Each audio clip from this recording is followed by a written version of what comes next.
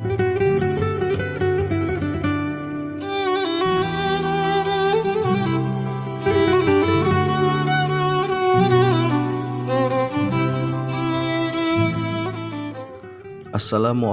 warahmatullahi wabarakatuh. Alhamdulillahirabbil alamin.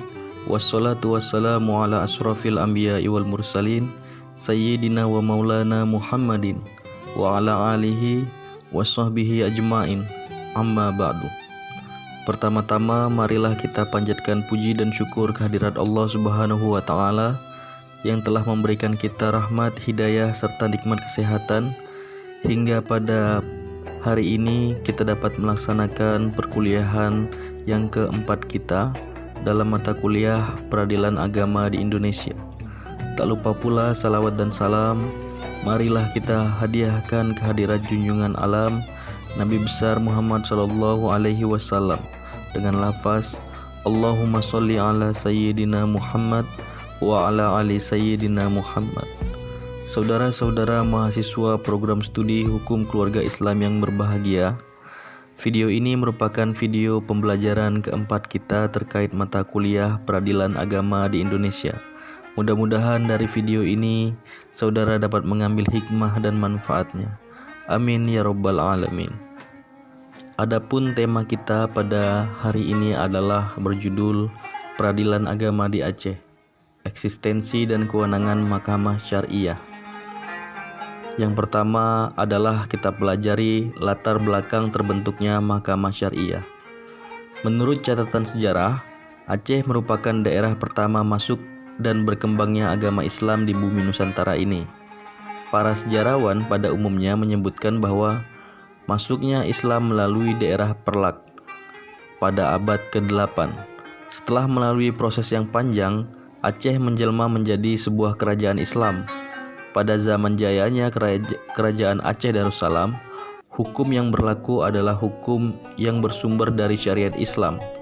Di samping itu, adat yang dijunjung tinggi oleh masyarakat Aceh juga adat istiadat yang bersumber dan sejalan dengan hukum Islam.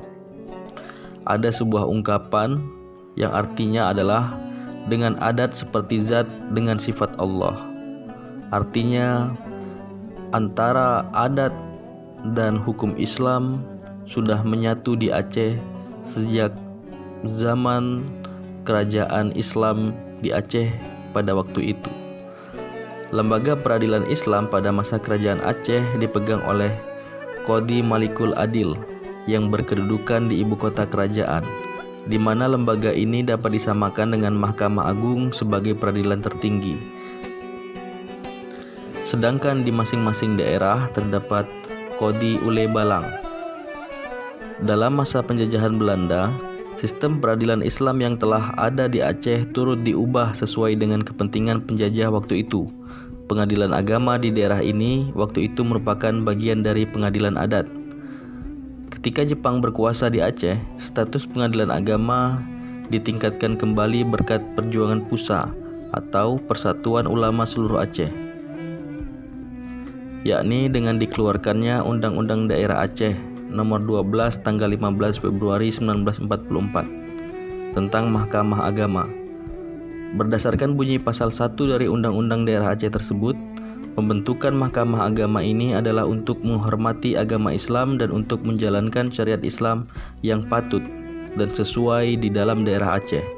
Namun demikian, kewenangan mahkamah ini masih sangat terbatas pada perkara-perkara perdata tertentu saja, yakni tentang perkara yang bersangkutan dengan urusan perkawinan dan urusan faraid atau kewarisan.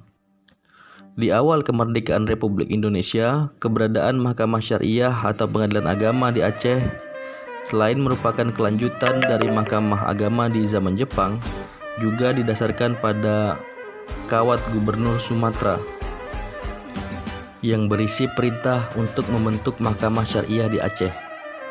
Dari gambaran tentang keberadaan peradilan Islam, khususnya Mahkamah Syariah pada masa lalu di Aceh, dapat dikatakan bahwa kehadiran peradilan syariat Islam yang dilakukan oleh Mahkamah Syariah di Provinsi Nanggro Aceh Darussalam saat ini bukanlah hadiah dari pemerintah pusat kepada masyarakat Aceh, tetapi lebih merupakan pengembalian hak masyarakat Aceh yang telah pernah hilang. Oleh karena itu, kehadiran dan kiprahnya di tengah masyarakat Aceh sebagai bagian dari pelaksanaan syariat Islam secara kafah di Provinsi Nanggro Aceh Darussalam merupakan hal yang ditunggu-tunggu. Selanjutnya adalah terkait kewenangan Mahkamah Syariah. Pasal 25 ayat 2 Undang-Undang Nomor 18 Tahun 2001 yang sekarang berubah menjadi Undang-Undang Nomor 11 Tahun 2006 Pasal 128 ayat 3 memberikan kewenangan kepada Mahkamah Syariah atas dasar syariat Islam melalui Konun Provinsi. Atas dasar kewenangan tersebut telah ditetapkan Konun Nomor 10 Tahun 2002 tentang Peradilan Syariat Islam.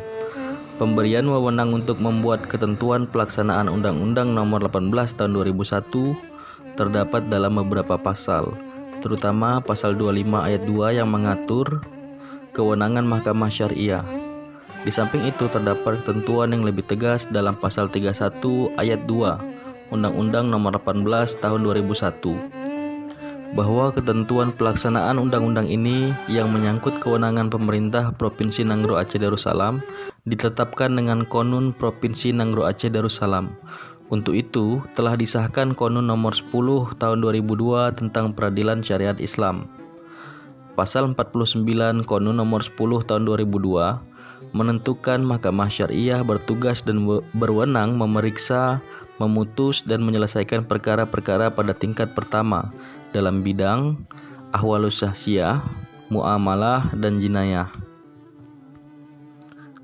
Dapat kita lihat bahwa kewenangan dalam jinayah sebagaimana dalam pasal 49 Konun Nomor 10 Tahun 2002 tentang Peradilan Syariat Islam, yang dimaksud dengan kewenangan dalam bidang jinayah adalah sebagai berikut.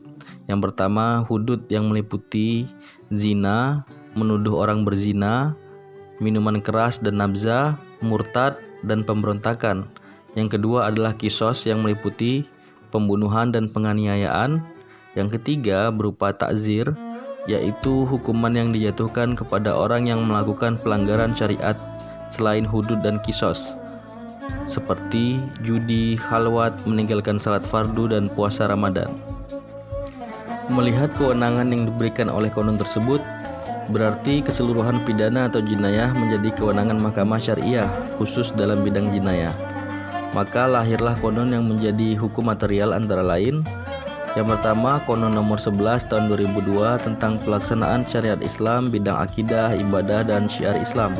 Yang kedua, Konun Nomor 12 Tahun 2003 tentang minuman khamar dan sejenisnya. Yang ketiga, Konun Nomor 13 Tahun 2003 tentang maisir atau perjudian. Keempat, Konun Nomor 14 Tahun 2003 tentang khalwat atau mesum.